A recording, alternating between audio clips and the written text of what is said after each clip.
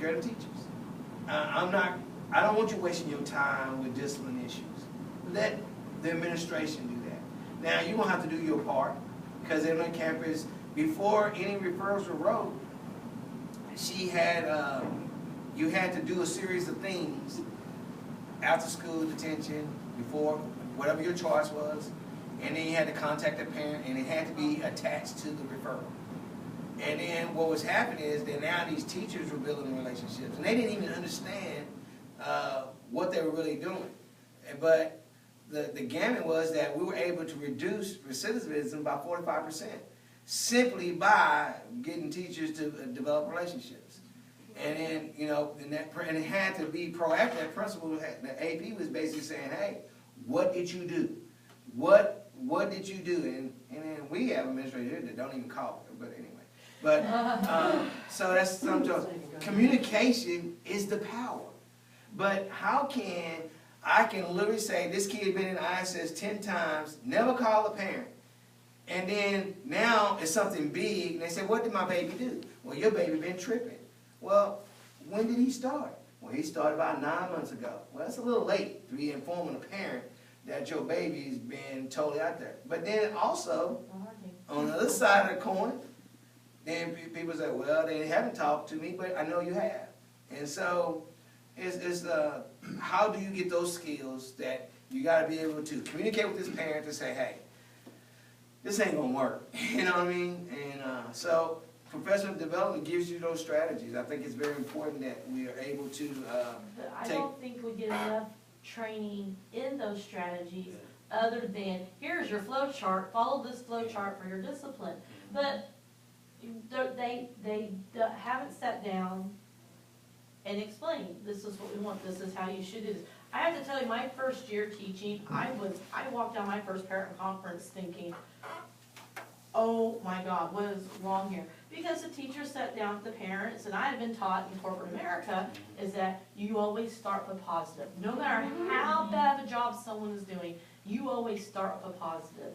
You know, you're walk in wearing something nice. Yeah, they call it a sandwich, a positive, negative, end on a positive. Even if it's a negative situation that you're dealing with.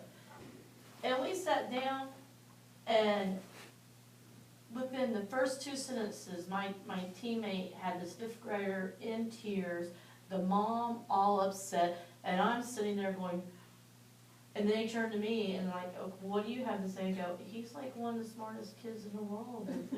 You give him a puzzle to solve, he'll do it, and he's great in the science. And then I got in trouble because I didn't back them up. I wasn't backing them up. But they were just so awful to that child and to the parents.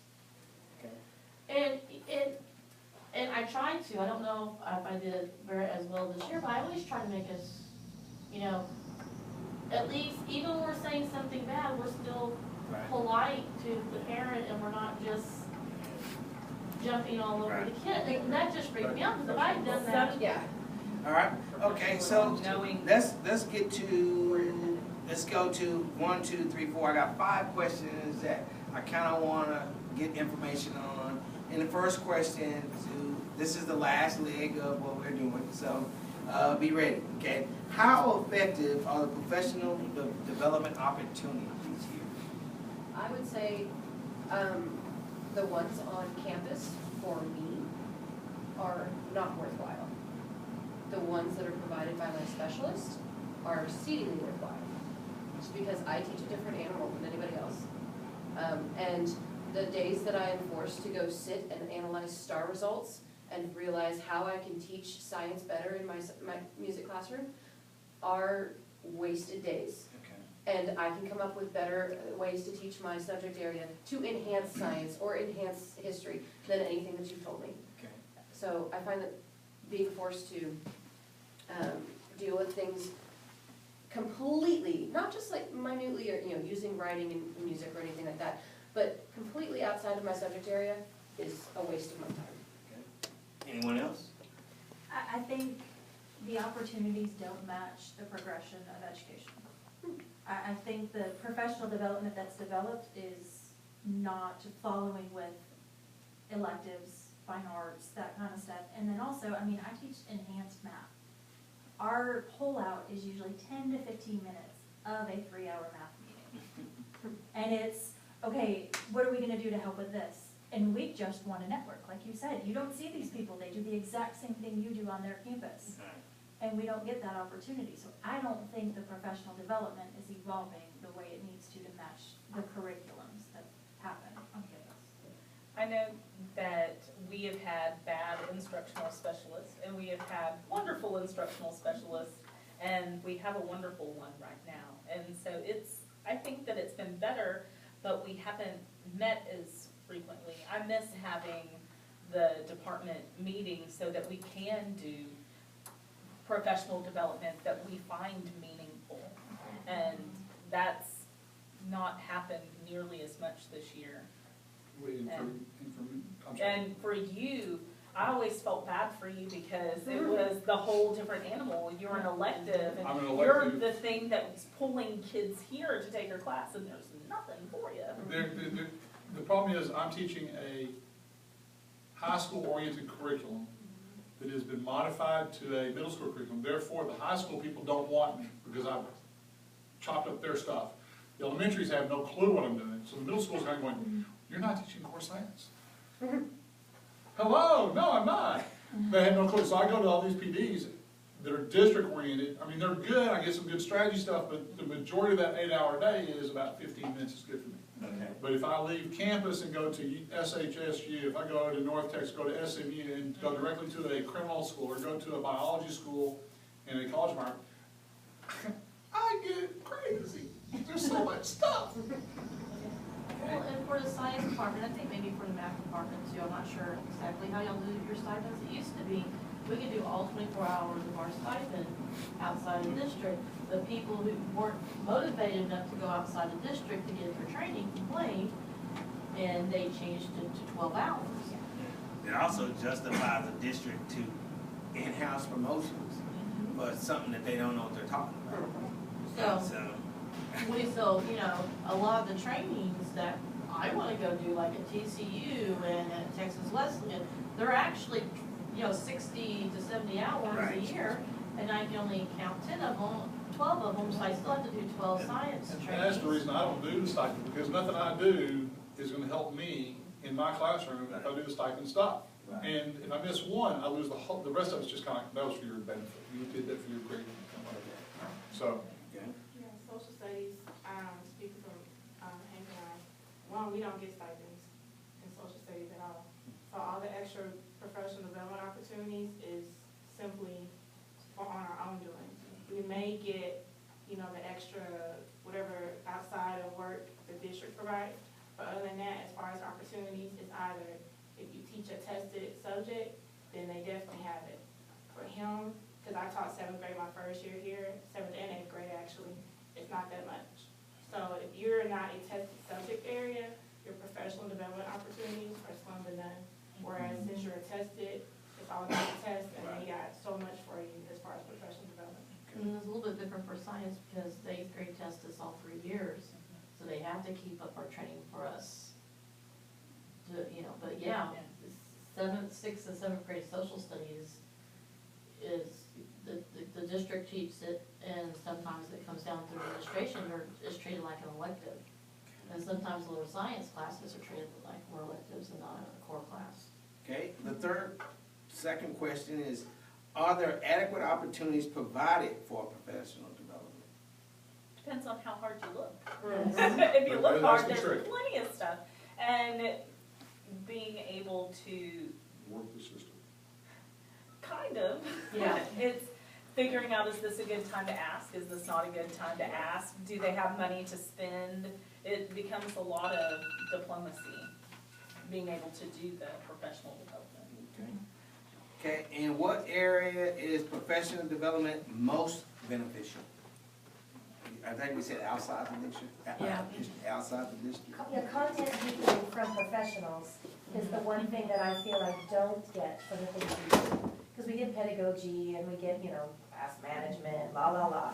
But if you really want to get deep into whatever your content is, you need a professional, not just somebody from the district delivering some material they were told to tell you.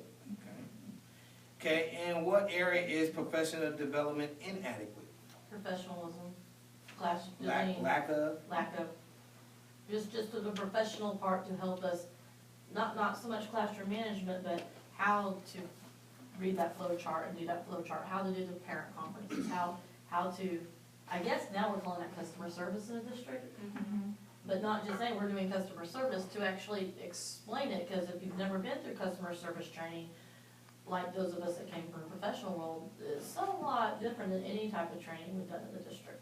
And I think, I'm very, like you say, I internalize everything when I go home and kind of think about what went well, what did not go well throughout the day.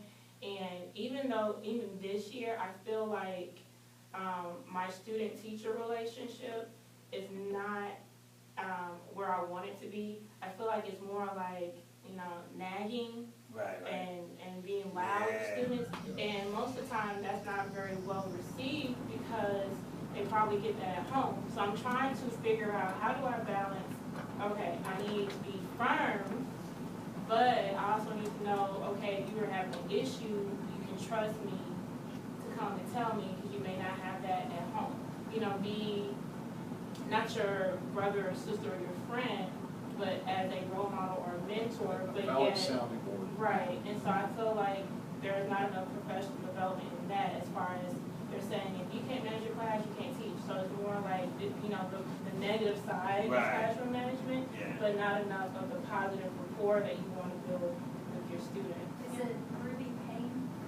Yeah. Yes, I did that training my first year of teaching, and my principal was so big on relationship building. And I was a social worker for 10 years before I went into education. So the building relationship part for me is the easiest. And so, people will say, like we've said before, this kid is crazy, but then in my class, they've got that comfort zone. I've had teachers walk by and say, you have this kid, how do you get him to work? Right. And it's relationship building. And I don't know how you teach that to somebody. It's empathy, it's being Right. able to look at a kid and finding a positive immediately. And there are some kids that are only gonna connect with that one teacher. And Yeah. it might be you, and it might not be, and it might be Yeah. somebody else. And And you sometimes hope they connect with someone. somebody.